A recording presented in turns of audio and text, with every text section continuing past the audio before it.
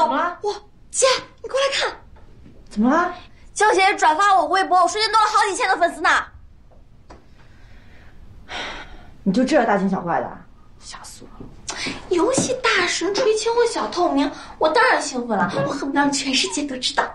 江小野不是你男朋友吗？他关注你的微博，就值得你这样啊？他可是游戏大神啊！姐，你这什么表情啊？我怎么觉得你对江小野的感觉，像是那种粉丝追偶像的呀？把偶像追成男朋友，这是多少小女生梦寐以求的事情啊！我想想都脸红。你对秦斌真的没感觉了？反正横竖都没戏，没感觉了。如果秦斌也喜欢你呢？哼，那我就拿起我的小皮鞭，啪啪抽他，把之前的账所有都还回来。没想到你喜欢这种类型啊！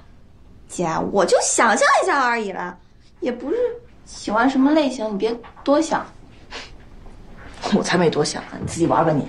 你吃不吃？不吃。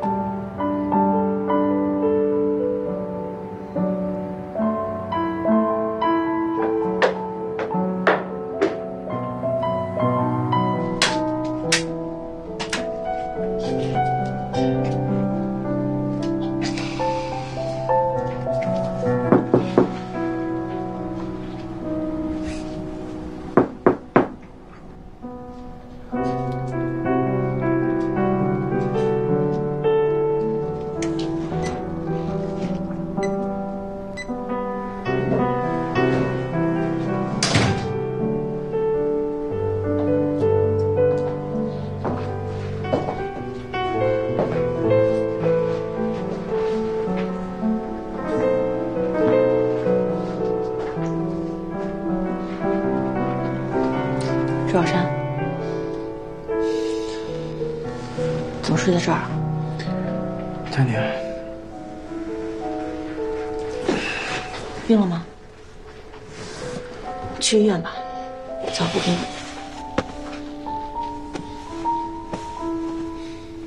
干什么？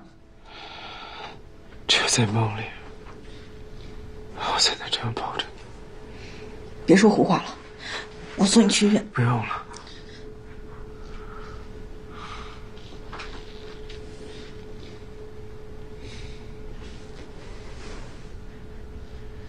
6年前 A 城的赌场里，是不是你？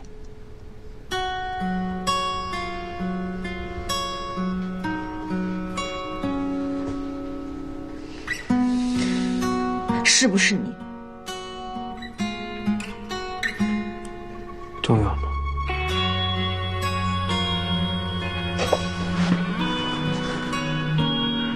当然重要了。也许你当时跟我说的话只是无心之言，但是你那句话给了我勇气，在我最失落的时候给了我活下去的勇气。所以这么多年我一直在找那个人，我想跟他说声谢谢。现在我终于找到了，谢谢你，周小山。6年前，你在赌场是为了找你母亲。你知道我为什么会在那儿吗？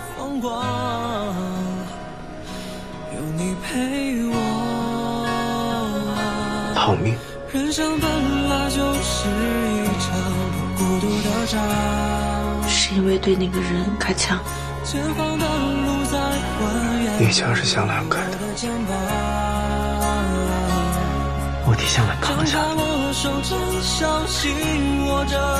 后来我们就在逃命，但是终究没有逃脱，因为对方的实力实在是太大了。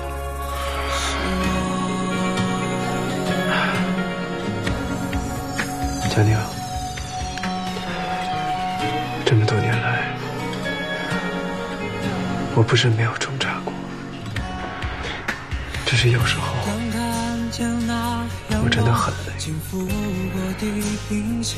我一次又一次的想要改变自己的命运，可是我背负的真的太多了。香兰的爱，扎叔的恩情，这一切都不是说忘就忘，说扔就能扔的。没关系，以后所有的事情我都跟你一起面对。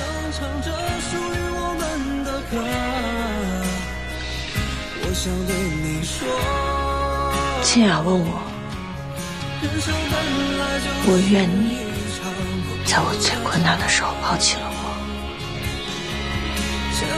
而在你最困难的时候我在哪儿呢？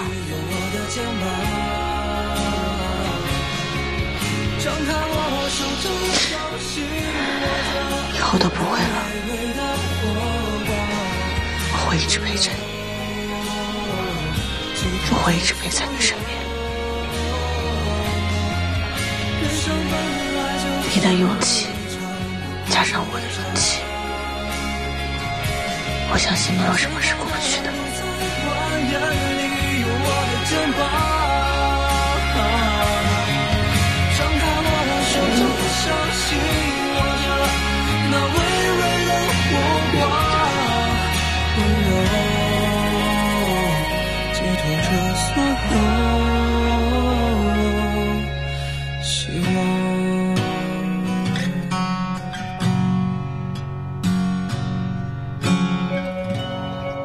佳妮啊，你多吃一点，你看看你那么瘦。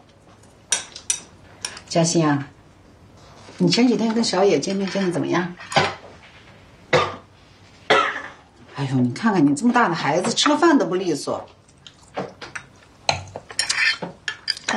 还行吧。还行啊。那太好了，我跟米成阿姨那是10几年的老朋友了，知根知底。你跟小野呢，年龄也相当，小野长得又那么帅，你们俩要真能走到一起，那妈妈就放心了。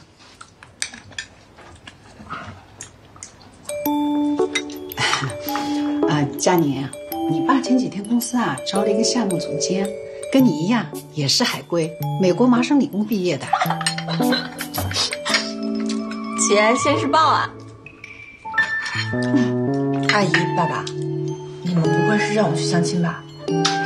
哎呀，你看那个嘉欣都有对象了，你是不是也应该考虑一下了？对呀，姐，你得好好注意自己的个人问题。阿姨爸，谢谢你们的关心，但是这个阶段我希望还是以工作为重。也不是叫你立刻就嫁人啊，先去见见吧，啊，去感觉一下，也不能老是工作啊，这工作也得有讲究个张弛有道。对，去看看。我真不用。这样吧，耀明，我看佳宁啊，他是比较洋的，咱们这么做是不是有点太土了？哎，你下个月公司不是要开年会吗？到时候你就把佳宁叫上。佳宁，你就去公司看一看，见一见，感觉一下总是可以的吧？是啊，来吧。真不用，爸。其实我已经有喜欢的人了。姐，你不分手了吗？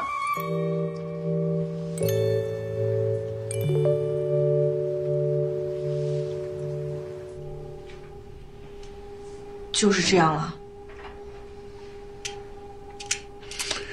这我不反对，但我也不赞成。爸，我已经是大人了，我有自己的判断能力。周小山，他就是我认定的那个人。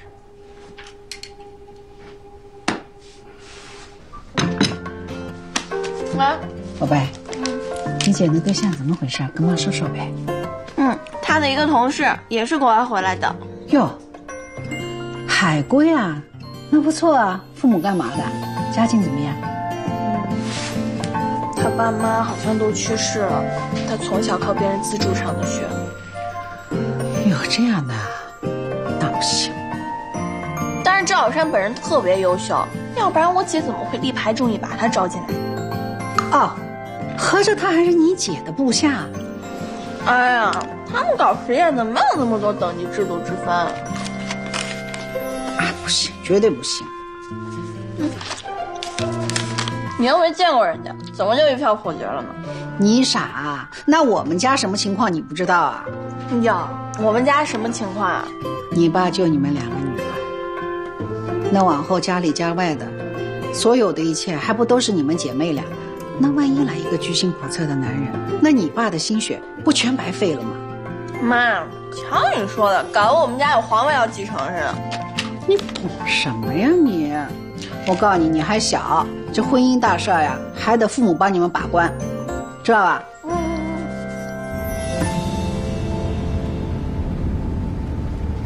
姐，爸在书房里跟你怎么说的呀？也没说什么，不支持也不反对。这老狐狸对自己家里人也摆出董事长的谱。哎，你说爸要是见了赵小山不同意怎么办呀？为什么不同意啊？就算他不同意，这也是我的事情。哎，不对啊，姐，你和赵小山不是分了吗？怎么这会儿又像是复合了？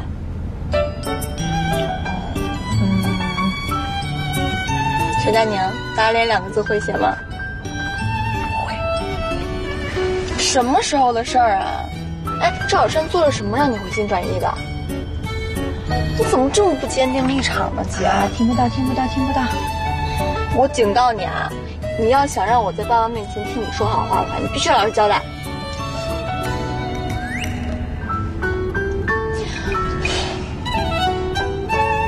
姐，你说嘛，你就说嘛。这么想知道？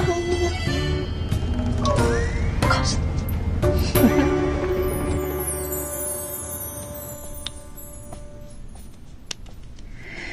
哎呀，佳宁那个男朋友啊，背景太复杂，无父无母，从东南亚到欧洲上学，还是靠别人资助的。对了，他比佳宁还小1岁，还是佳宁的下属呢。我觉得这个男孩子我们不得不防。别担心，我自有打算啊。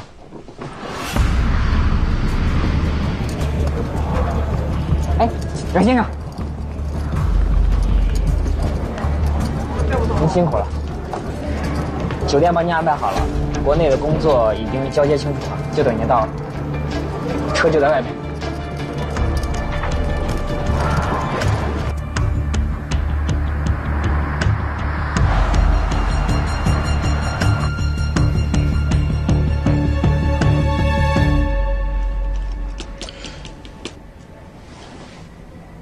跟佳宁还分手了？之前是啊，回来一程。理由呢？怎么没写？这个太私人了，查不到。你怎么看？光看履历很优秀，但是经历也十分复杂。复杂就表示目的不单纯。您的意思是，他和裘小姐在一起，还有其他目的？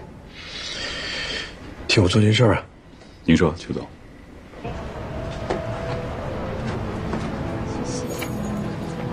卧龙每日坚果甄选全球优质坚果，6种搭配营养健康。你好，2位每日坚果，我们这边有成人款的、儿童款的，还有妈妈款的。2位要不来盒妈妈款的？看来最近伙食不错呀。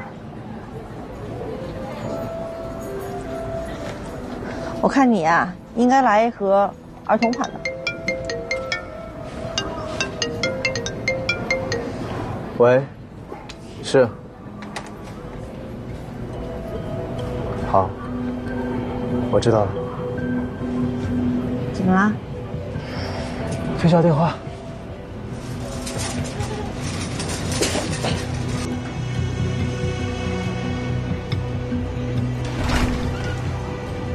你好，周先生，裘总在办公室等你，这边请。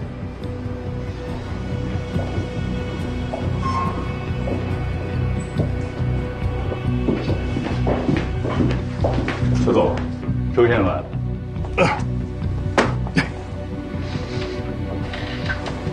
你好，叔叔您好，周小山。不好意思啊，周先生，我们董事长习惯别人叫他裘总。裘总您好，坐。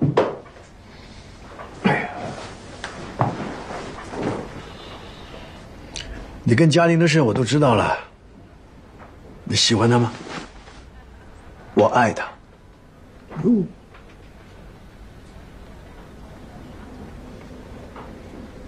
我喜欢你的坦率，对商人而言，坦率那就是效率。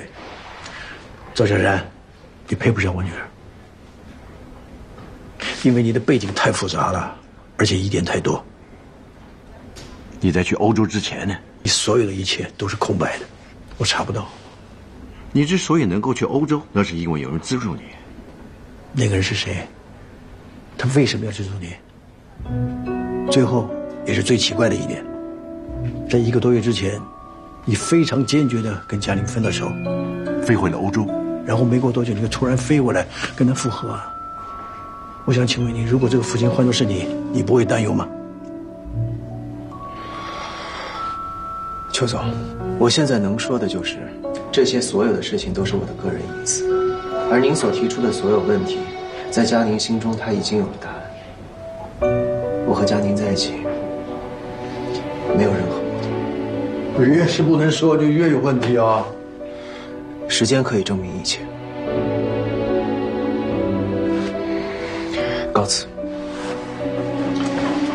不管你怎么证明啊，我都不同意你跟嘉玲在一块儿。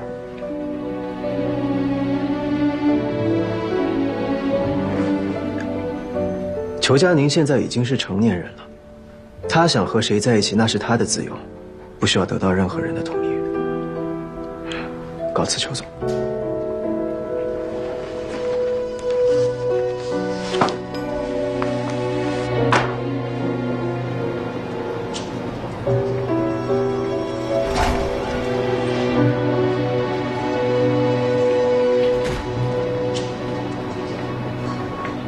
你怎么？下次请假的时候，记得找一个天衣无缝的借口。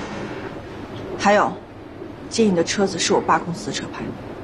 他说什么了？回去再说。既然来都来了，我去跟他把话说清楚。嘉宁，来来，坐。我有话跟你说。说周小山是吧？不管你是什么态度，跟周小山说了什么，反正他就是我认定的那个人，我不会改变的。哦，你认定的那个人，那你认定的这个人，你对他了解有多深？你看清楚他了吗？清楚啊。裘氏是爸爸一辈子的心血，任何男人只要娶到了你，娶到了嘉兴，就可以少奋斗20年。嘉玲，你真的不知道名利对一个男人有多大的诱惑力啊！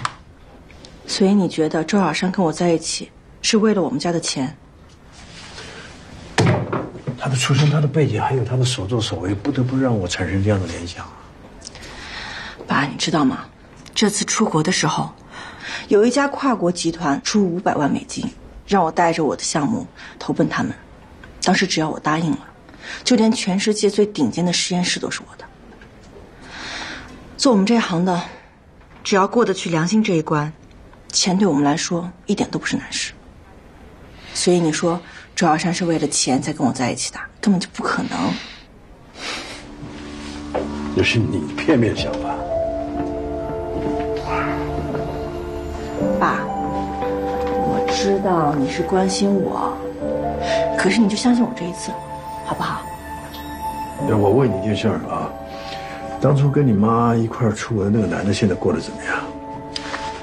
我妈说他们出国以后花光了钱，那个男人就走了。那男的当初来找过我，他跟我说，只要我给他10万块钱，他就愿意退出。10万块钱对我来说不多，但当时我在气头上我就没给，所以我现在很后悔啊。如果当时给的话，那你妈可能就不会晚景凄凉了。你是怕周小山跟那个男人一样？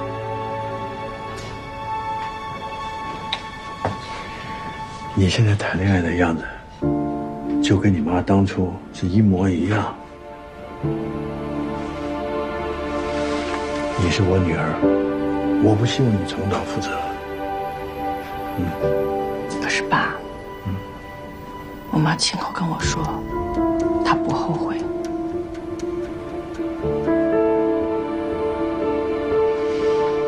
不可能，你在编吗？你在编吗？你别再骗自己了。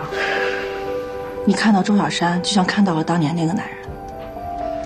他就像我妈当年义无反顾的爱的那个穷画家，虽然他一无所有，但是我妈最终还是选择了他，离开了你。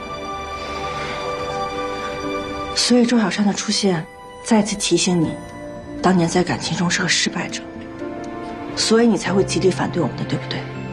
好了，我现在不想说他了。爸，好了，我说我不要谈了嘛，你走吧，你走。其实周小山他不要说他好不好？我不想听到他。出去！我不想看到你了。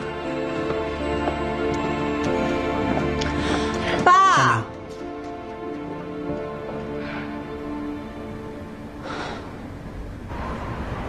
老顽固，老古董。你还笑？我跟我爸闹成这样，为了谁啊？为了我。那你说，现在怎么办啊？佳宁，我问你啊，你爸对你的反对对你产生了什么影响吗？其实无论是工作上还是生活中，你都足够独立，所以你爸对你的反对，其实对你产生不了什么实质性的影响。你渴望得到他的认可，那是因为你在乎他，你爱他。和他闹，违背了自己的初衷吧。是我爸爸他先摔东西的。他那么生气，但其实还是心疼你的。你到底帮谁啊？佳宁啊，不要因为我伤害到家人。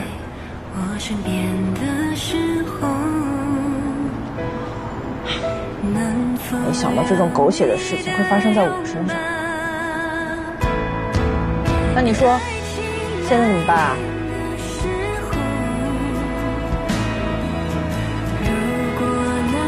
你说你这么急着得到你爸的认可，是急着跟我在一起吗？周小山，我这不是在帮你想办法出主意吗？有些化学反应呢是当下的，有一些需要时间的催化。给你爸一些时间，他会明白的。他要是想不明白呢？那我们就谈一辈子恋爱啊！开心一点吧。开心不起来。邱佳宁，你要是再板着脸，我就干嘛？我就当街亲你。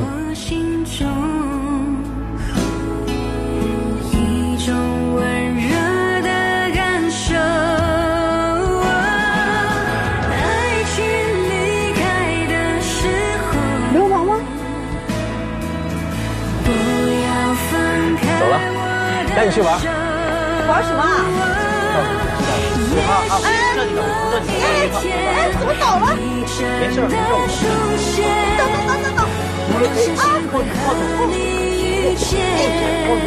哎，当心！我不走，一辈子都不走。哎，对，注意平衡啊，眼睛看前面。你自己能行吗？那我撒手了。慢点，注意啊，慢点。哇，这小山好像不是很难哎。慢点啊，邱佳宁。喂，佳宁。先生，对不起。佳宁，你没事吧？我没事。你没事吧？我没事，你手有没事？先生，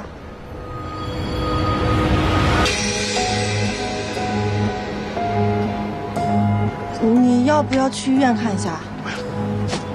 要不然这样吧，你给我留个联系方式，要是你哪儿不舒服的话，你给我打电话，我跟你去医院。先生，您留我的联系方式就好。好。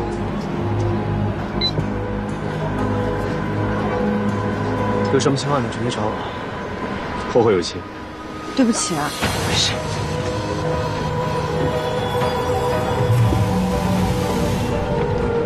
佳妮，你没事吧？没事啊。别气了，走吧。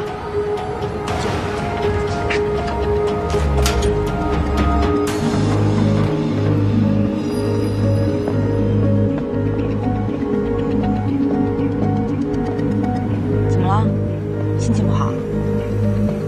啊，没事，走吧。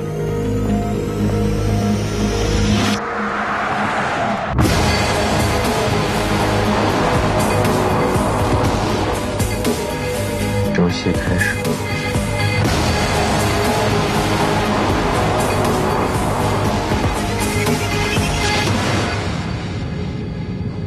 不好意思，苏老师，把你久等了。没关系。阮先生，这是原计划的投资报告，你看一下吧。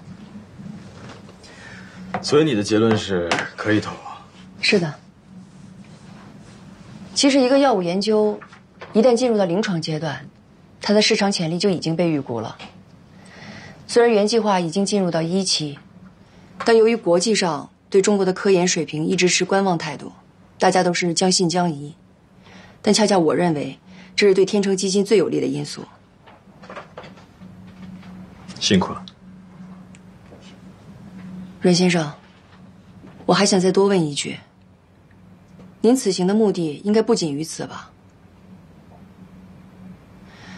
如果你们想找专业人士来辅助这次案子，并不是什么难事，可为什么非要找和原计划有着相同研究方向的哈里实验室要人呢？就算是为了专业性，可为什么非要找和原计划有着芥蒂的我呢？那苏老师觉得我应该是出于什么目的？我在等阮先生的回答。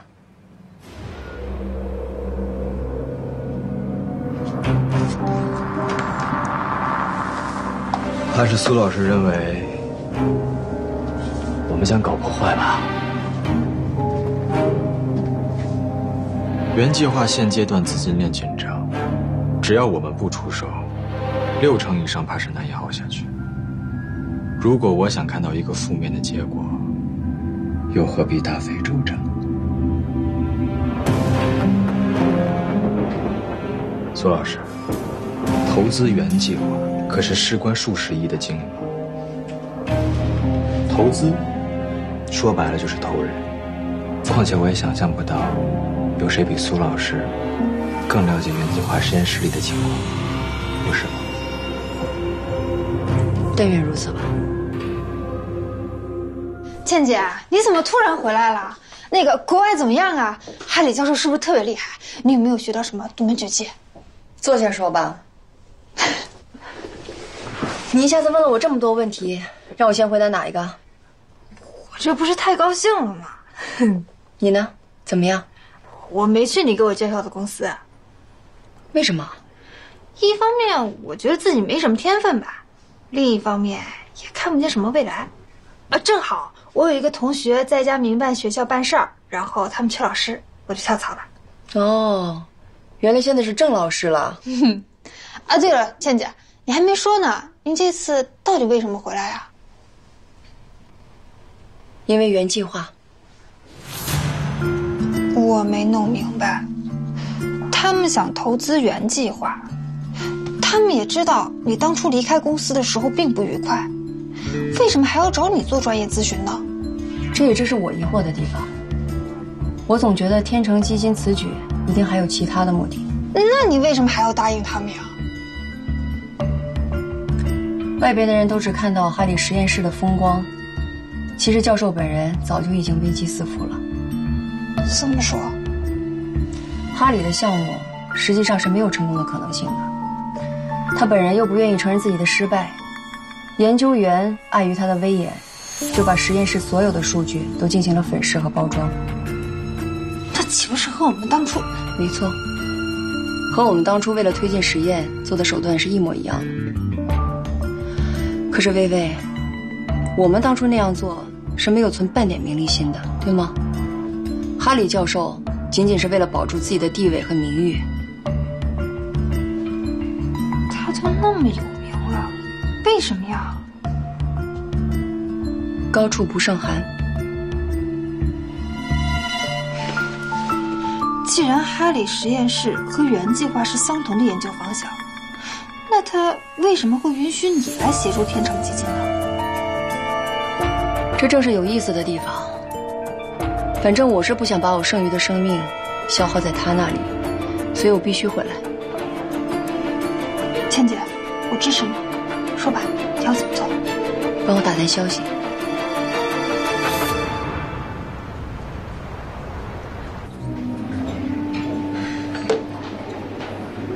哎，真的。薇薇，好久不见啊！哎，对了，猪猪姐，那个我前阵子出国旅游了一趟，一点伴手礼。这么客气啊！我在实验室的时候没少受你照顾，应该的。好怀念倩姐在的时候啊！怎么啦？那个项目不顺利啊？项目倒是挺顺利，就是人搞得乌七八糟。不说这个，你喝点什么？啊，服务员。你是说裘佳宁和周小山好了？嗯。更奇怪的是，周小山中间突然和裘佳宁分手，回 A 城去了。周小山、裘佳宁、A 城，等等，阮文昭也是 A 城来的，会不会他和周小山有什么联系呢？就算他们有什么联系，也不至于绕那么大圈子吧。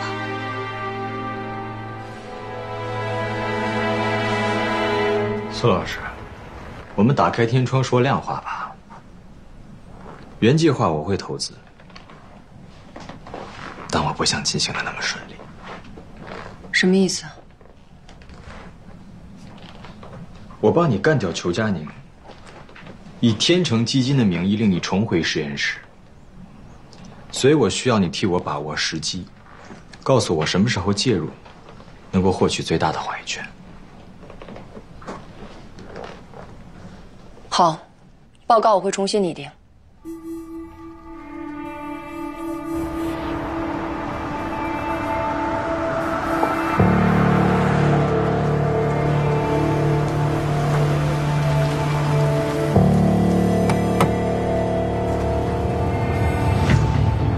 恭候多时了，客气了，黄总。黄总，你好。我这次是代表天成基金专业顾问回国，以后还请您多多关照。好说，请进。行。宋老师，先聊两句。都是中国人，同胞。我们要是做的达不到的地方，您得多多体面。黄总，在其位谋其事，你们要是做的不到位，我也很抱歉，我只能如实写进报告了。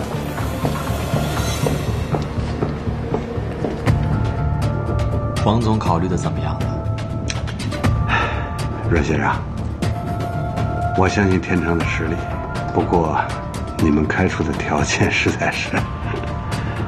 我们一次性注入10几个亿的资金，要求介入核心研究人员管理，这个要求并不过分吧？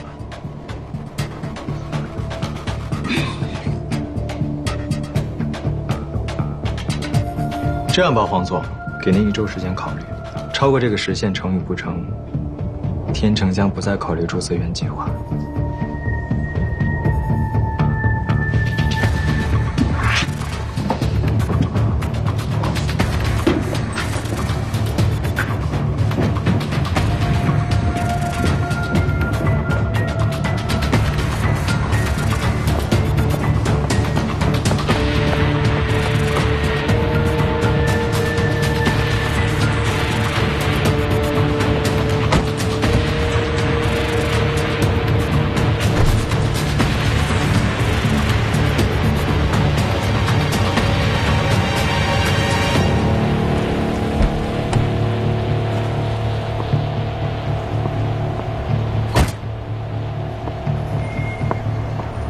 原计划要的那笔采购资金怎么到现在没安排上？哎呦，黄总，不瞒您说，这笔钱我真不敢批。咱们现在资金链绷得很紧，按道理我们应该收回来的款项数额是很高的，但是账期长，回款慢呀。原计划那笔钱我要是放了，真怕资金链断了。这样吧，应收款项那边你再去催，一旦有回款，立刻放原计划的采购款。好，没问题。黄总，裘老师来了。黄总，不好意思，又有一堆单子需要你签。又是三菜童子的事儿，看来我得先走了。你们慢慢聊，谢谢。陈老师，请坐。我最近都怕了您了，您一来准备好事。现在是项目的攻坚战阶段，再熬几个月就会银安曙光的。但愿如此吧。哦，对了，上一次我们提交的采购款还没有批下来。哦，我去催。不会是公司这边有什么问题吧？没。邱老师啊，您就安心做研究，剩下的事儿交给我。谢谢您。